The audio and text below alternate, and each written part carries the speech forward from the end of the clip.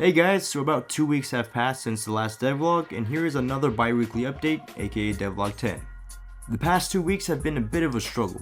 I did some brainstorming with a friend and asked you guys in the Discord for ideas. We definitely felt combat needed to be more punchy and satisfying like games such as Doom, so Dismemberment was a must-have. Along with that, my friend and I started working on some backstory stuff and lore. I can't say anything about it now, but it started off as an exciting task and quickly became a struggle to come up with ideas that would best fit the game. After a few days of creating the backstory, I began to work on the Dismemberment System. I wanted to create something that can be applied on any character and was easy to set up, so I made an actor component that has all the data pertaining to limbs.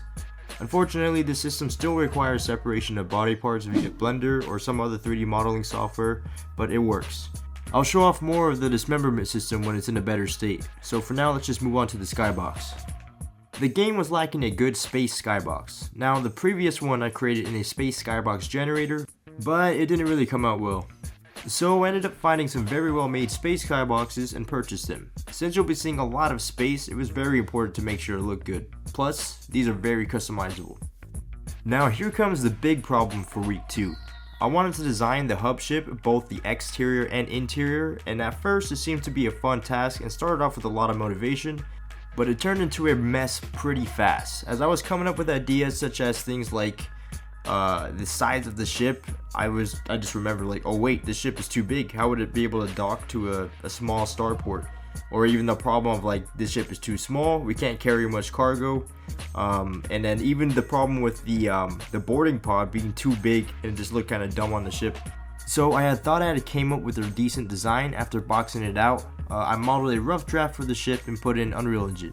After that, I created some new modular wall pieces inspired by Star Wars and gave it an angled look to make it look different. Afterwards, I tested the size of the ship, which seemed appropriate and still kind of is. It had an engine room, cargo area, landing ramp for loading cargo, cockpit, some rooms where the holotable and other modules would go, as well as the boarding pod area in the back. Everything seemed pretty good, but I just didn't feel like this was the ship design. I looked at other ship designs to get some more ideas, and I really liked the Bad Batch shuttle. The size and the interior are pretty cool, and it is also still small enough to be fast and versatile, whereas my ship seems a bit too big for any type of versatile action. Albeit, the Bad Batch shuttle also seems to be too small for a hub ship, especially if I wanted to add a boarding pod to it. I checked out the Millennium Falcon as the ship was decently sized and could carry cargo. It was big but still versatile and could still quickly land and take off. So now I'm deciding if I should make a ship similar to that size or continue with the big ship design. Oh, and I almost forgot. I made these airlock doors and I needed something that would fit the boarding pod, so here it is.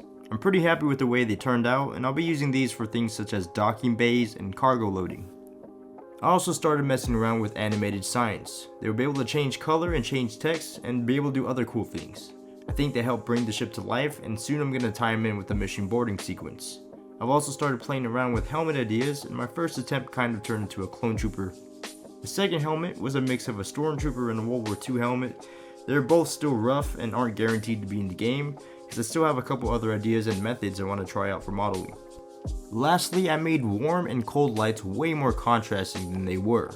So the warm lights are more orange and the cold lights are more blue. I think this helps a lot with the color of the levels, but let me know what you guys think. Oh, and if you haven't already, you should join the Discord server. There you can leave your ideas and feedback. And with that being said, that about wraps up Devlog 10. So thank you all for watching. I really appreciate the feedback and support, and I'll see you all in the next one.